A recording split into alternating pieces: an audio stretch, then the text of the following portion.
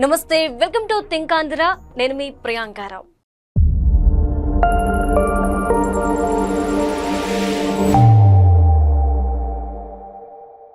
ఒక army officer life ఎలా ఉంటుంది? బడ్జెట్ నుండి వచ్చిన అమౌంట్ ని ఈ ఆర్మీ డిపార్ట్మెంట్ ఎలా యూస్ చేసుకుంటుంది? ఆయుధాలు కొనే విషయంలో కావచ్చు, ఇతరితర విషయాల్లో కావచ్చు. అలానే వీళ్ళు ఏదైనా ఆపరేషన్ చేపట్టే ముందు ఎలాంటి జాగ్రత్తలు తీసుకుంటారు, రిటైర్ అయిన తర్వాత వాళ్ళకి ఎలాంటి బెనిఫిట్స్ ఉంటాయి, వాళ్ళ లైఫ్ ఎలా ఉంటుంది, ఈ విషయాలన్నీ కూడా మనం ఈ వీడియోలో తెలుసుకుందాం. అయితే ఈ రోజు మనతో పాటు మేజర్ శ్రీనివాస్ గారు, రిటైర్డ్ ఆర్మీ ఆఫీసర్, ఆయన మనతో పాటు ఉన్నారు. ఆయనతో మాట్లాడతాం. నమస్కారం సార్. నమస్కారం అండి. ఎలా ఉన్నారు? I'm very good and how are you? బాగున్నాం సార్. సార్, ఒక ఆర్మీ ఆఫీసర్ లైఫ్ ఎలా ఉంటుంది? So it's very challenging career అండి. మనకు చూస్తే గనక స్టార్టింగ్ నుంచి ఇట్స్ వెరీ బ్రాడ్ క్వశ్చన్.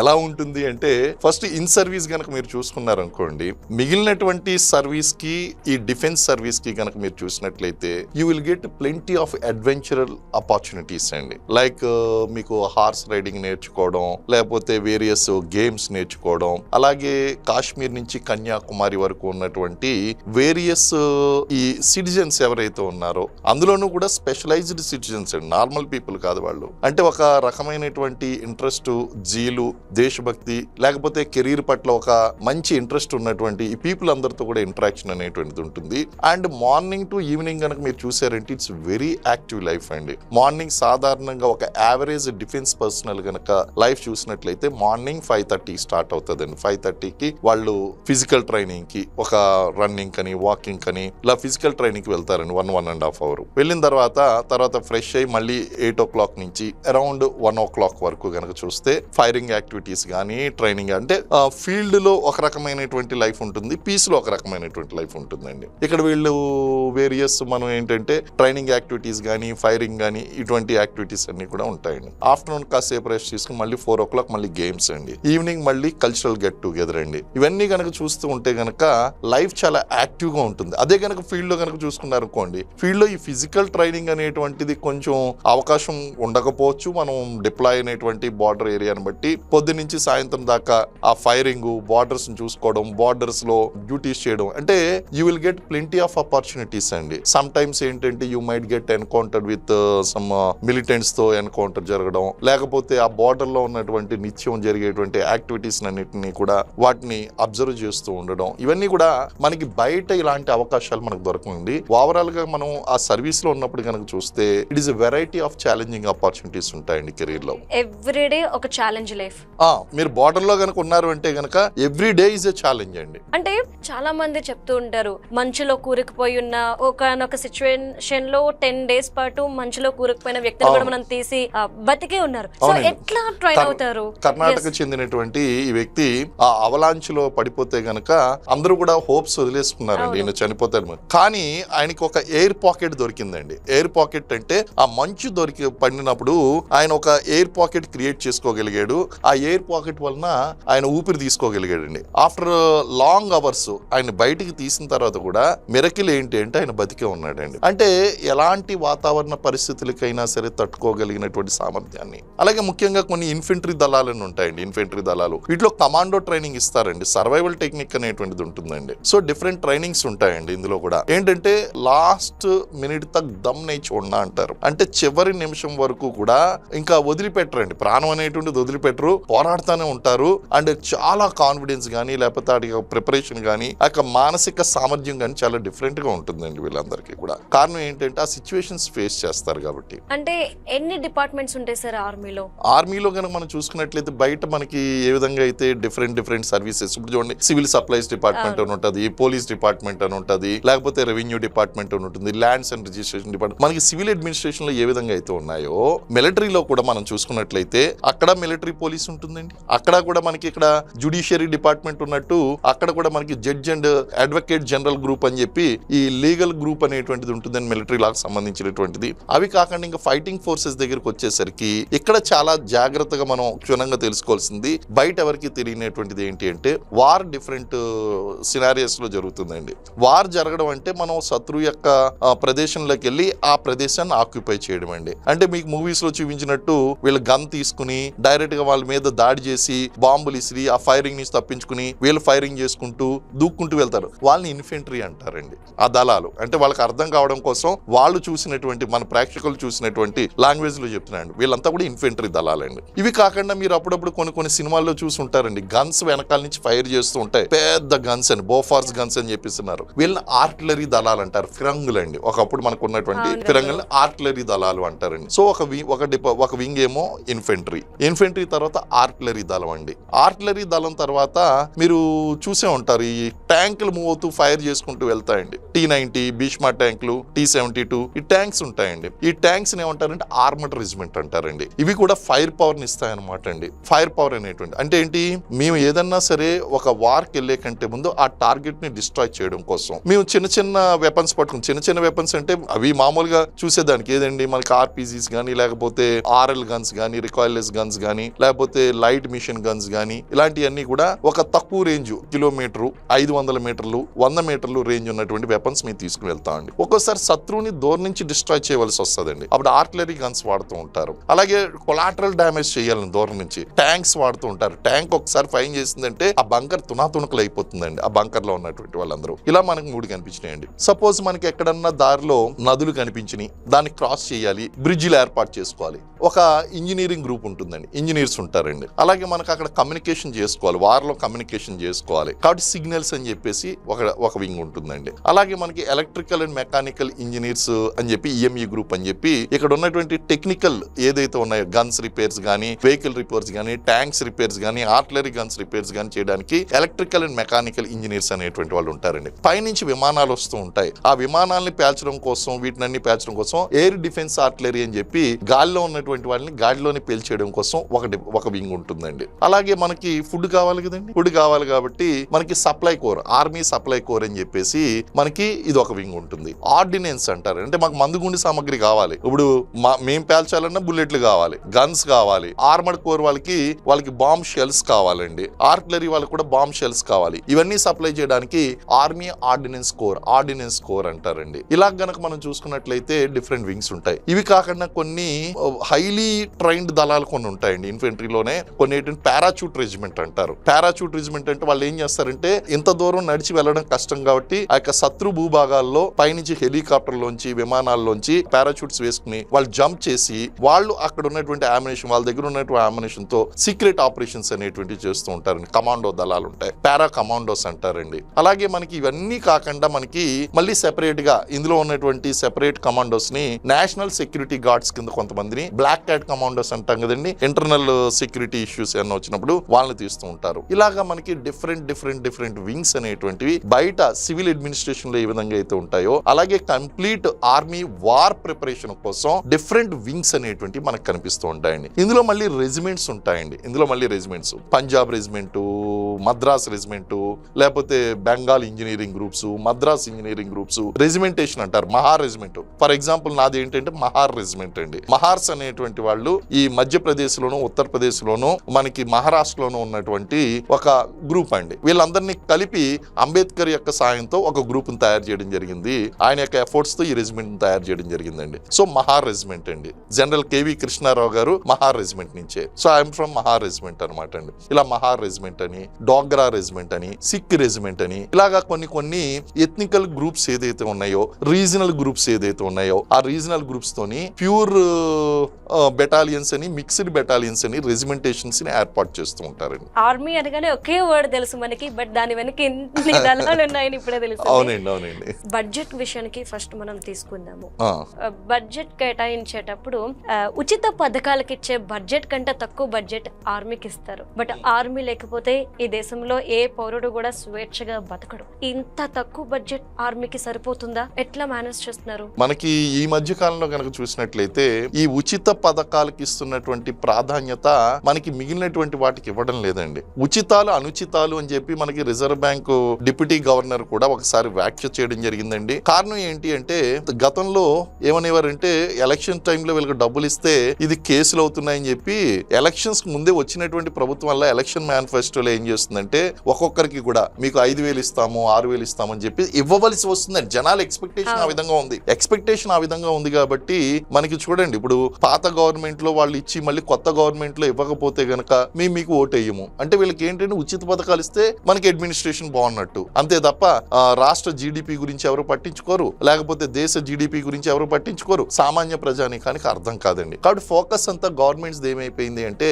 ఉచిత పథకాల మీద తప్పనిసరి పరిస్థితిలో ఇవ్వవలసి వస్తుందండి. మనకి చాలా విజనరీ ఉన్నటువంటి చీఫ్ మినిస్టర్స్ ఉన్నారు, ప్రైమ్ మినిస్టర్స్ ఉన్నారు. అయినప్పటికీ కూడా ప్రజల యొక్క ఆకాంక్షలకు అనుగుణంగా వాళ్ళకి తప్పనిసరి పరిస్థితులు ఇవ్వవలసినటువంటి పరిస్థితులు ఏర్పడుతున్నాయండి ఉచితాలు అనేటువంటివి. అయితే మరి డిఫెన్స్ బడ్జెట్ దగ్గరికి వచ్చేసరికి డిఫెన్స్ బడ్జెట్ అనేటువంటి ఇండియాస్ డిఫెన్స్ బడ్జెట్ క్రమక్రమంగా లాస్ట్ 10 years బట్టి పెరుగుతుందండి. మీరు ఉదాహరణకి 2015-16 లో కనుక మనం చూసుకున్నట్లయితే సుమారు 2.58 lakh crores డిఫెన్స్ బడ్జెట్ కింద కేటాయించారు. ఇప్పుడండి 2015-16 ఆర్థిక సంవత్సరానికి 2.58 lakh crores మనకి డిఫెన్స్ బడ్జెట్ కి కేటాయించారు. అది మళ్ళీ 5 సంవత్సరాల తర్వాత చూద్దాం. 2021-22 సంవత్సరానికి కనుక చూసుకుంటే అది సుమారు 3.5 లక్షల కోట్లకు పెరిగిందండి. అంటే డిఫెన్స్ బడ్జెట్ పెరిగింది. అయితే ఇప్పుడు 2023-24 సంవత్సరాల దగ్గరకు వచ్చేసరికి అది 5.9 లక్షలకు వెళ్ళిందండి. సుమారు 6 లక్షల కోట్లండి. అంటే ఒక రకంగా చూస్తే మనం లాస్ట్ 10 years గా చూస్తే ఇండియాస్ డిఫెన్స్ బడ్జెట్ అనేటువంటిది క్రమక్రమంగా పెరుగుతూ వస్తుంది. అలాగే రీసెంట్ గా మనం ఫ్రాన్స్ దేశంతో కూడా 63,000 కోట్ల డీల్ అనేటువంటి చేసుకోవడం జరిగిందండి. అంటే we also realised defence budget అనేటువంటిది పెరుగుతూ ఉంది అనేటువంటిది. అయితే ఇక్కడ డిఫెన్స్ అనలిస్టులు అభిప్రాయం ప్రకారం మనం చూసుకుంటే గనక ఇది సామాన్య ప్రజానికానికి కనిపెట్టేటువంటిది. మనం అనలైజ్ చేసుకుంటే గనక మన దేశ జీడిపిలో మనం డిఫెన్స్ కోసం ఖర్చు పెడుతుంది కేవలం 1.9% మాత్రమే. మన దేశ జీడిపిలో మనం ఖర్చు పెడుతుంది కేవలం 1.9% మాత్రమే డిఫెన్స్ కోసం ఖర్చు పెడుతున్నాం అండి. ఎందుకంటే అక్కడ డిఫెన్స్ అనేటువంటి స్ట్రాంగ్ ఉంటేనే మనం ఇక్కడ ఏం అభివృద్ధి చేసినా సరే నిలబడుతుందండి. అయితే ఇది ఎందుకు విమర్శకు దారి తీసిందని చెప్తాను. మనం వరల్డ్ వైడ్ గా యావరేజ్ కనుక చూసుకుంటే వరల్డ్ వైడ్ వాళ్ళ యొక్క జీడిపిలో 2 world average is 2.2% is the average. అంటే వరల్డ్ యావరేజ్ కంటే మనం తక్కువే ఖర్చు పెడుతున్నాం. అయితే ఈ డేటాను అంతటిని కూడా అనాలిసిస్ చేస్తే అర్థమయ్యేది ఏంటి అంటే ప్రస్తుతం మనకు ఉన్నటువంటి బడ్జెట్ ఏదైతే ఉందో అది పీస్ టైం, అంటే ఆర్మీకి 2 రకాలైనటువంటి అవసరాలు ఉంటాయండి. ఒకటి పీస్ టైం నీడ్స్, అనదర్ది వార్ టైం నీడ్స్ అని ఉంటాయండి. పీస్ టైం నీడ్స్ లో ట్రైనింగ్ యాక్టివిటీస్ మీద ఎక్కువగా దృష్టి పెడుతూ ఉంటాం. అమ్యునిషన్ అనేటువంటిది ఎక్కువగా ఫైర్ చేయవలసినటువంటి అవసరం లేదు. అలాగే ఎక్కువ ఆయుధాలు కొనుగోలు చేయవలసినటువంటి అవసరం లేదు. అంతా కూడా ప్రిపరేషన్ లో ఉంటాము. అంటే నాట్ ఇమీడియట్, అంటే ఏదో జరిగిపోతుంది ఇప్పుడు ఇమీడియట్ గా బడ్జెట్ లేకపోతే అనేటువంటి పరిస్థితి లేదు. కానీ లాంగ్ టర్మ్ లో దాని ఎఫెక్ట్ ఉంటుందండి. సో ఆ విధంగా కనుక చూస్తే ప్రస్తుతం ఉన్నటువంటి బడ్జెట్ కేటాయింపులు ఏదైతే ఉన్నాయో ఆ బడ్జెట్ కేటాయింపులు అనేటువంటివి పీస్ టైం రిక్వైర్మెంట్ కి సరిపోతున్నాయి. వార్ టైం రిక్వైర్మెంట్ కి ఎంత మాత్రం ఈ బడ్జెట్ సరిపోదు.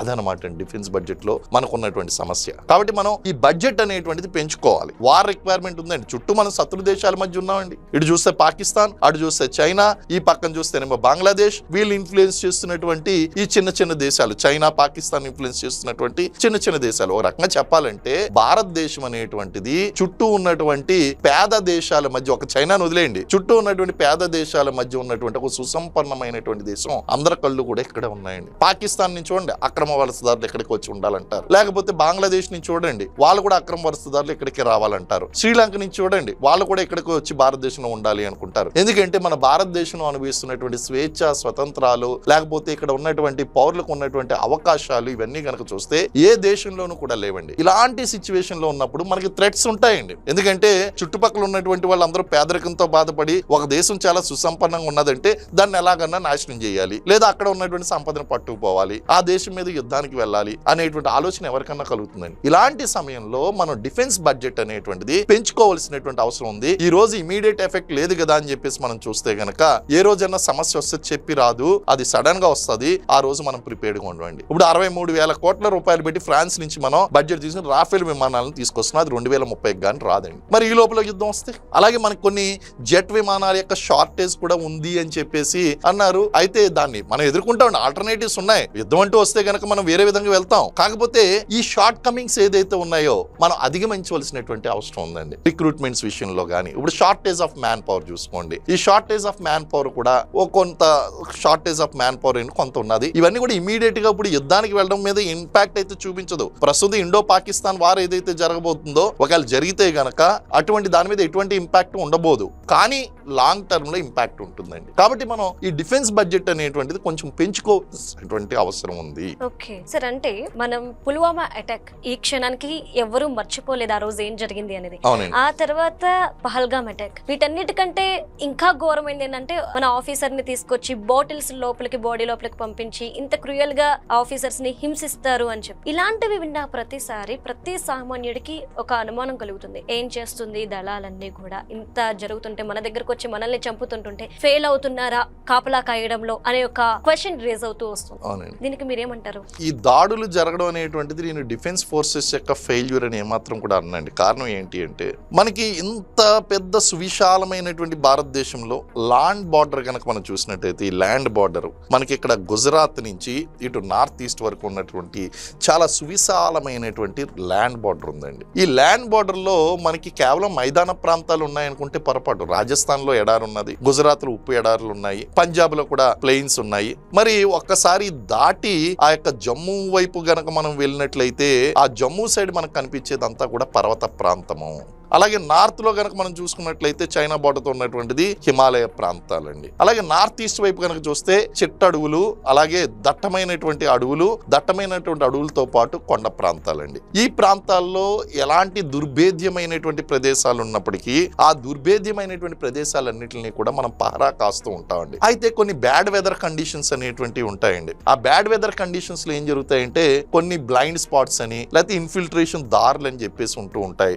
మీరు అంతా కూడా పహారా కాస్తూ ఉంటారు. రాజస్థాన్ ఏరియాలోనో లేకపోతే పంజాబ్ ఏరియాలోనో అంతా బాగానే కనిపిస్తూ ఉంటుంది, కంచి వేసి ఉంటుంది. ఆ కంచికి దాదాపు ఒక 200 మీటర్లు కిలోమీటర్ దూరం అవతల వాళ్ళు ఉంటారు, 1 కిలోమీటర్ యువతల మనం ఉంటాం, మధ్యలో నో మ్యాన్స్ ల్యాండ్ ఉంటుంది. ఆ యొక్క ప్లేస్ లో మరి జాగ్రత్తగా ఈ సైనికులు పహారా కాస్తూ ఉంటారు, అంతా బాగానే ఉంటుంది. వీడి కింద నుంచి సొరంగాలు తవ్వుకుంటూ వచ్చేస్తారు. అంటే ఒక రకంగా చెప్పాలంటే మిమ్మల్ని ఒక గదిలో పెట్టారు, చుట్టూ 100 కొద్ది పాములను వదిలేరండి. ఇప్పుడు మీ బాధ్యత ఏంటంటే ఆ పాము ఏది కూడా మీ గదిలో దూరకుండా చూసుకోవడం అనేటువంటి చూడాలి. అంటే ఇలాంటి ఒక టైట్ రూమ్ మీ బిల్డ్ చేసుకున్నారనుకోండి రావు. కానీ ఓపెన్ ఏరియాలో ఉన్నప్పుడు మీరు అక్కడ పామును కంట్రోల్ చేసే లోపల ఇక్కడ ఏదో ఒకటి వస్తుందండి. అంటే ఈ కలుగులో ఉన్నటువంటి ఎలకల్లాగా పాముల్లాగా వాళ్ళు ఏదో ఒక సందులోంచి రావడానికి ప్రయత్నిస్తూ ఉంటారు. ఒక పాము వచ్చినంత మాత్రాన మనం వీక్నెస్ అని చెప్పడానికి లేదు, దానికి మళ్ళీ ధీటైనటువంటి సమాధానం చెప్తాం. అంటే ఏంటంటే ఇలాంటి దాంట్లో మీరు వచ్చినప్పుడల్లా మిమ్మల్ని బయటకు తోసేస్తాం, మీరు దూరినప్పుడల్లా బయటకు తోసేస్తాం. కానీ వాడి యొక్క మానసిక స్థైర్యం మీద దెబ్బ కొట్టాలి. ఇండియా వైపు చూస్తే భయపడాలండి. అలాంటి చర్యలు ఇప్పుడు వరకు మనం చేయలేదు. 1-2 చర్యలు చేసినప్పటికీ అది సరిపోలేదు. ఓకే, అంటే ఈ రోజు మీరు అన్నారు ధీటైన సమాధానం అంటే నేను అంటాను. పుల్వామా అటాక్ జరిగిన తర్వాత మన ఆర్మీ వాళ్ళు ఎవరైతే అటాక్ చేశారో వాళ్ళని తీసుకొచ్చి మరి బోర్డర్ లో చంపారని అప్పుడు న్యూస్ వచ్చింది. అంటే ఒక ఆపరేషన్ చేపడతారు మన మీద ఎవరైనా అటాక్ చేస్తే. ఆపరేషన్ అంటే ఏంటి? అంటే రివెంజ్ తెచ్చుకోవడమా ఆపరేషన్ మీన్? లేదంటే గనక మళ్ళీ మీరు మా వైపు చూస్తే అంతకు ధీటైన సమాధానం ఇస్తామని చెప్పడమా, భయపెట్టడమా? ఏంటి రివెంజా భయపెట్టడమా? ఆపరేషన్ అంటే ఫస్ట్ ఆఫ్ ఆల్ ఆ టర్మ్ అర్థం ఏంటి అంటే any military action is considered as military operation. బయట కూడా మనకి ఆపరేషన్ సివిల్ లో కూడా చేస్తూ ఉంటారు, అవి రండి. ఇదేంటి అంటే ఏదైనా మిలిటరీ యాక్షన్ కనుక ఉంటే దాన్ని ఆపరేషన్ అని ఒక పేరు పెడతారు. మనకి ఆపరేషన్ రక్షక్ అండి, అంటే జమ్మూ కాశ్మీర్ లో మిలిటెంట్ల ఏరివేత కోసం ఏర్పాటు చేసినటువంటిది. It's a long term operation. Operation Parakram అంటే మనకి భారతదేశం మీదకి ఆ పార్లమెంట్ మీద అటాక్ జరిగినప్పుడు 2000 సంవత్సరంలో మనం ఇండియా పాకిస్తాన్ బార్డర్ లో డిప్లాయ్ చేసి ఒక ఆపరేషన్ కండక్ట్ చేసి అటాక్ చేద్దామని చెప్పాం. అది ఆపరేషన్ పరాక్రమ్ అండి. ఇలాగా ఆపరేషన్ మ్యాగ్దూత్ సియాచిన్ గ్లేషియర్ లో మనం కండక్ట్ చేసినటువంటి ఒక ఆపరేషన్ కి ఆపరేషన్ మ్యాగ్దూత్ అని. అంటే ఏదైనా లోకల్ గా ఒక మిలిటరీ యాక్షన్ కనుక స్టార్ట్ చేస్తే దానికి ఆపరేషన్ అని పేరు పెడతామండి. లైక్ ఇప్పుడు పెహల్గామ్ జరిగిందండి, పెహల్గామ్ కానీ లేదా అంతకుముందు జరిగినటువంటి పుల్వామా సంఘటన చూడండి. ఆ పుల్వామా సంఘటన జరిగినప్పుడు ఏంటంటే ఖచ్చితంగా ఒక ఆపరేషనల్ ప్లాన్ అనేటువంటిది ఉంటుంది. అక్కడ సర్జికల్ స్ట్రైక్ లాంటిది మనం చేసామండి. సర్జికల్ స్ట్రైక్ చేయడం, ఈ సర్జికల్ స్ట్రైక్స్ కి, లోకల్ అటాక్స్ కి, ఇలాంటి మిలిటరీ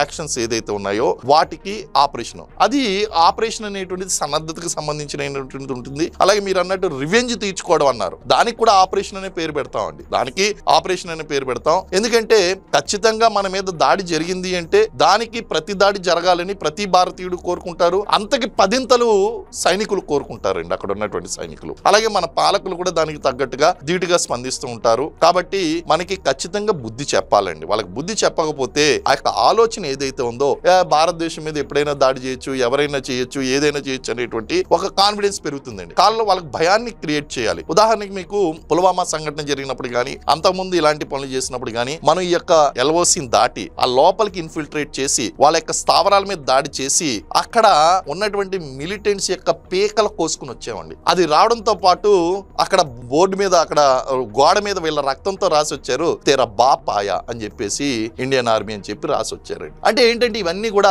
వాళ్ళు ఎంత భయానకంగా వాళ్ళు దాడులు చేస్తారో అంతకంటే భయానకంగా మనం దాడులు చేస్తామండి. ఆ భయాన్ని సృష్టించాలండి వాళ్ళకి. అంతే తప్ప మన మీద దాడి చేసే వాడి దగ్గరికి వెళ్ళి శాంతి మంత్రాలు వల్లిస్తే గనక కుదరదు. దానికి సరైనటువంటి దీటు అంతకి 10 భయాన్ని వాడికి సృష్టించాలండి. ఈ రోజు ఐఎమ్ షూర్ ప్రతి మిలిటెంట్ కూడా వాడు దొంగలా వచ్చి మన మీద దాడి చేస్తారు. మనం డేరిగా వెళ్ళి వాళ్ళ బార్డర్లోకి వెళ్ళి అంతకు 10 భయాన్ని వాడికి ఖచ్చితంగా ఇండియన్ ఆర్మీ పేరు చెప్పినా, మన కమాండో దళాల పేరు చెప్పినా వాళ్ళకి వణుకు పుడుతుందండి. ఖచ్చితంగా వాళ్ళకి ఆ భయం ఉంటుందండి.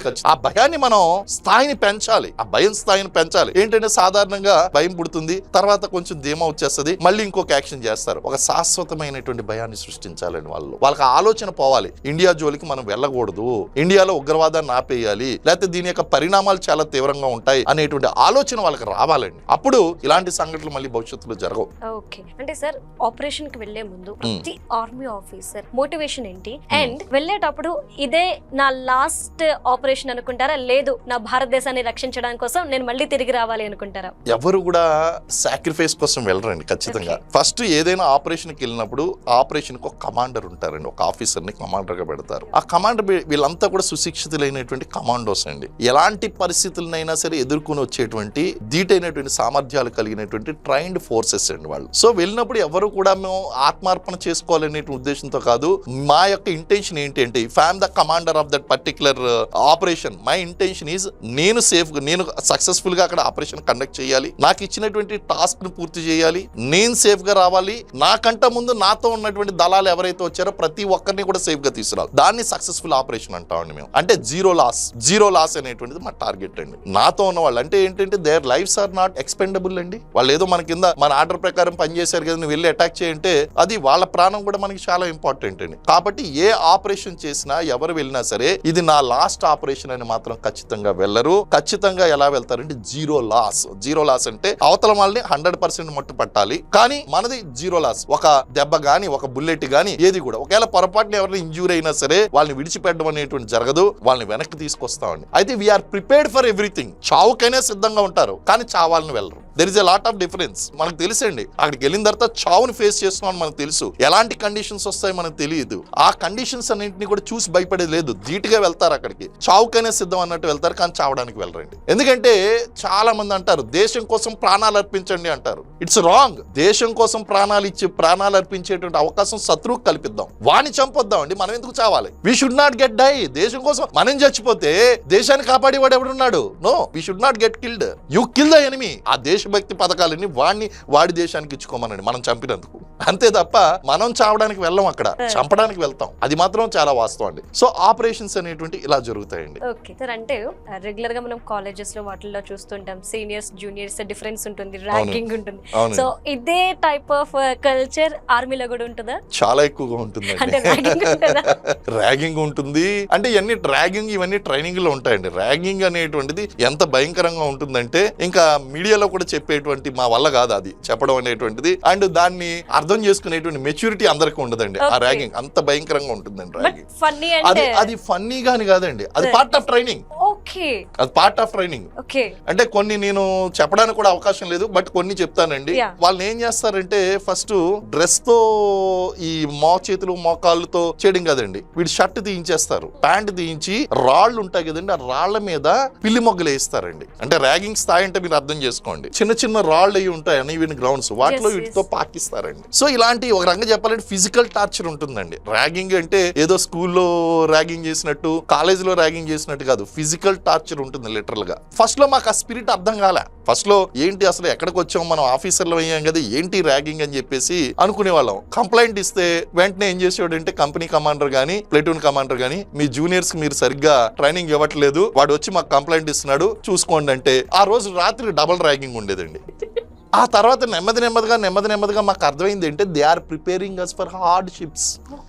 రేపు పొద్దున మేము శత్రువుకి కనుక పట్టుబడినట్టయితే వాడు ఏమి రాయల్ ట్రీట్మెంట్ ఇవ్వడు కదండి. ఇంతకు మించినటువంటి టార్చర్ ఉంటుందండి. బ్లడ్ వస్తూ ఉంటది, వాళ్ళు రకరకాలుగా, మీరు ఒక ఇన్సిడెంట్ కూడా చెప్పారండి, ఇలాంటి రకరకాలైనటువంటి పరిస్థితులు ఎదుర్కోవాల్సి వస్తుంది. వాటన్నిటికీ మానసిక స్థైర్యాన్ని ఇవ్వాలి. We are not soft, very hard గా తయారు చేయాలండి. ఆ విధంగా తయారు చేయాలండి. ఎటువంటి హ్యూమిలియేషన్ గానీ, ఇన్సల్ట్ గానీ, లేకపోతే బాధను గానీ, ఫిజికల్ టార్చర్ గానీ తట్టుకునే విధంగా ఆ యొక్క మానసిక స్థితిని వాళ్ళు ఇచ్చే విధంగా ర్యాగింగ్ ట్రైనింగ్ ఎలా ఉంటుందో మీరు అర్థం చేసుకోవచ్చు. ఎలాగ ఉంటుందంటే ఇంకా కూడా ఇంకోటి ఫన్నీ ఇన్సిడెంట్ చెప్తానండి. ఇది ఫన్నీ అని చెప్పడానికి కూడా లేదు. బకెట్ మగ్గు తీసుకురమ్మంటారు బాత్రూమ్ నుంచి, ఆ వాటర్ తాగమంటారండి. బకెట్ మగ్గు బాత్రూమ్ నుంచి వాటర్ తీసుకుని వచ్చి ఆ వాటర్ తాగమంటారు. ఆ వాటర్ ఒక మగ్గు తాగడం కాదండి, హాఫ్ బకెట్ వాటర్ అన్న తీసి మనం కక్కుకునేదాకా తాగిస్తాడు. తాగించిన తర్వాత ఈ వేలు ఇలా భూమి మీద పెట్టమని గిర్రమని తిరగమంటాడు చుట్టూ. ఆ తర్వాత తిరగమని తర్వాత నుంచోమంటాడు. ఈ నుంచున్నోడు వెళ్ళి అంత దూరాన్ని పడతాడండి. తెలుసు కదా, బ్రెయిన్ తప్పుతుంది కదా. సో ఇలాంటి ఈ ర్యాగింగ్ అనుకోవడానికి లేదండి, ఇదంతా ట్రైనింగ్, పార్ట్ ఆఫ్ ట్రైనింగ్. ఏ పరిస్థితుల్లోనైనా ఆ మనిషి సర్వే అవ్వగలగాలి. ఎలాంటి కండిషన్స్ అయినా సరే. ఇప్పుడు రేపు పొద్దున వాటర్ వచ్చిందండి, ఇప్పుడు మీరు చాలా యుద్ధంలో ఉన్నారు, అరే ఈ వాటర్ నేను తాగడానికి లేదు, మిమ్మల్ని మీరు కాపాడుకోవాలంటే తాగాల్సిందే. సో ఇలాంటి కండిషన్స్ నేను కొన్ని మాత్రమే మీకు చెప్పానండి. సో ఇలాంటి కండిషన్స్ చాలా ఉంటాయి. ఇది పార్ట్ ఆఫ్ ట్రైనింగ్ అండి ఇదంతా కూడా. సో ఒక్కసారి మేము కమిషన్ అయిపోయి, ఇదంతా ట్రైనింగ్ లో ఉంటుంది. కమిషన్ అయిపోయిన తర్వాత అక్కడ సీనియర్ జూనియర్ మధ్యన ఎలా ఉంటుంది అంటే, మా ఎడ్యుటెంట్ ఆఫీస్ కి వెళ్ళానండి నేను ఫస్ట్ డే వెళ్ళినప్పుడు. Okay Rao, you reported, okay I will tell you only 2 rules, read that. Rule number 1, boss is always right. Next rule number 2, ఇంకేం చెప్తాడా అని చూశాను. If you have doubt refer rule number 1. So మనకి rules, there are 2 rules అంటే ఏదో కొత్త విషయం ఉంటుందేమో అనుకున్నాను. ఇంక రెండోది లేదండి, boss is always right, rule number 1. Rule number 2 ఏంటంటే డౌట్ అయినా వస్తే రూల్ నెంబర్ 1 ఫాలో అవ్వు, అది రూల్ నెంబర్ 2. సో ఇది ఇలాంటి చాలా డిసిప్లిన్ లైఫ్ ఉంటుందండి. అండ్ అలాగే జోవియల్ గా ఉంటుంది. అక్కడ మాకు తెలియనటువంటి విషయం ఏంటంటే సీనియర్ కి నో చెప్పడం అనేటువంటిది మాకు తెలియదండి. అలా తయారు చేస్తారు మమ్మల్ని. ఇప్పుడు బాస్ ఏదైనా చెప్పాడు అంటే యూ హ్యావ్ టు ఫాలో, అంతే, ఇంక రెండోది లేదు. నై సాబ్ హమ్ నహీ కరేంగే, I will not do it, లేదండి, అది లేదు. అది దాని ప్రకారం కనుక మీరు నో చెప్పారు అంటే మీ మీద మిలిటరీ యాక్షన్ ఉంటుందండి. As per military law you will be penalised. వార్లో అయితే చంపేయడం కూడా ఉంటుందండి. వార్లో అయితే కనుక సొంత వాళ్ళని ఎవరు చంపరు. అంటే అక్కడ ఏమని చెప్పారంటే వార్లో గనక నువ్వు ఆర్డర్స్ వైలేట్ చేసి యుద్ధం నుంచి పారిపోతే కాల్చేయమని ఉందండి.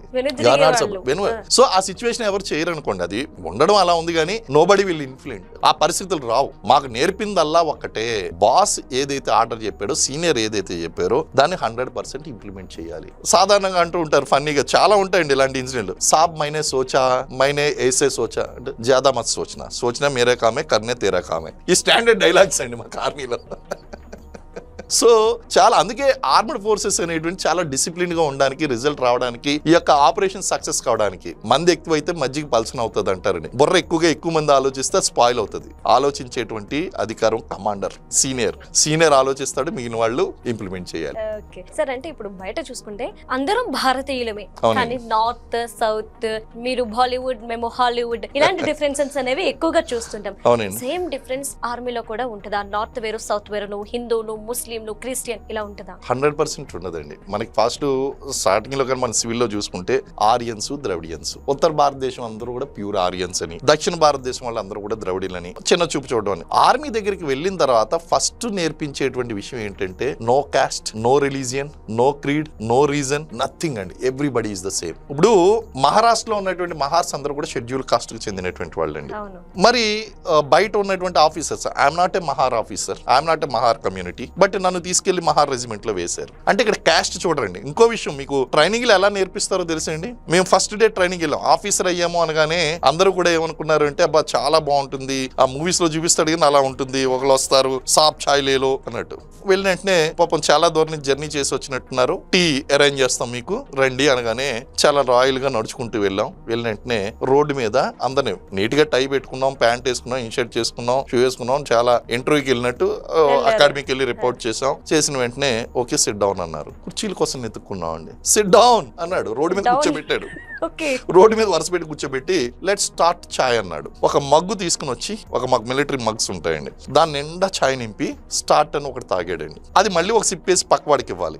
అది మళ్ళీ సిప్పేసి అలా 50 మంది కూర్చున్నాం. 50 మంది ఆ టీని తాగాలండి. ఆ కప్పు మార్చడానికి లేదు, సైడ్ తిప్పడానికి లేదు. ఎవడైతే సైడ్ కి తిప్పాడో వాడు తాగాడు కదని, అలా సైడ్ కి తిప్పాడు కదని వాడి ఎంగిలి నేను ఎందుకు తాగాలని వాడిని తీసుకెళ్లి పక్కగా నుంచోబెట్టి వాడికి మళ్ళీ అందరు ఎంగిలి తాగిన తర్వాత 50% కింద వాడికి తాగించేవారు. అంటే ఇక్కడ క్యాస్ట్ ఉండదు, క్లాస్ ఉండదు, రిలీజియన్ ఉండదు. మాకు ఆర్మీలో టెంపుల్స్ ఉండవండి, ధర్మస్థలం అని ఉంటది. ఆ ధర్మస్థల్లో మనకి క్రిస్టియన్ ప్రార్థనలు జరుగుతాయి, సిక్కు ప్రార్థనలో అర్ధస్ చదువుతారు, హిందూ శ్లోకాలు ఆ యొక్క మంత్రాలు చదువుతారు, ఇలా పార్సీలు వాళ్ళకి సంబంధించినటువంటి భక్తి అన్ని కూడా ఉంటాయండి. ముస్లింలు వాళ్ళు కూడా నమాజ్ చదువుతారు. దీన్ని ధర్మస్థలం అంటామండి.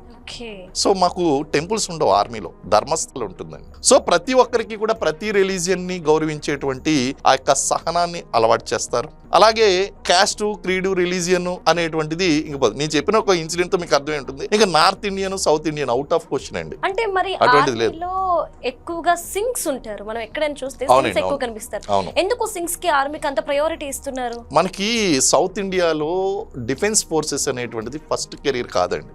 మనం యుద్ధాలు ఎక్కువ చూడలేదు, సౌత్ ఇండియన్స్ యుద్ధాలు ఎక్కువ చూడలేదు. మహా అయితే మనం చూసినటువంటి యుద్ధాలు ఏంటి అంటే ఆ పల్లవులకి లేకపోతే ఇక్కడ ఉన్నటువంటి లోకల్ రాజులకి మధ్య జరిగినటువంటి యుద్ధాలు తప్ప మనం చూసినటువంటి సందర్భాలు లేవండి. కానీ ఎంటైర్ నార్త్ ఇండియా మీరు చూడండి, పంజాబ్ గానీ, రాజస్థాన్ గానీ, లేకపోతే గుజరాత్ గానీ, ఈ యొక్క ఢిల్లీ, హర్యానా ఈ ప్రాంతాలు, కాశ్మీర్ ఈ ప్రాంతాలన్నీ కూడా నెంబర్ ఆఫ్ యుద్ధాలు చూసారండి. 1947 లో యుద్ధం వచ్చినప్పుడు సౌత్ ఇండియాకి రాలేదు.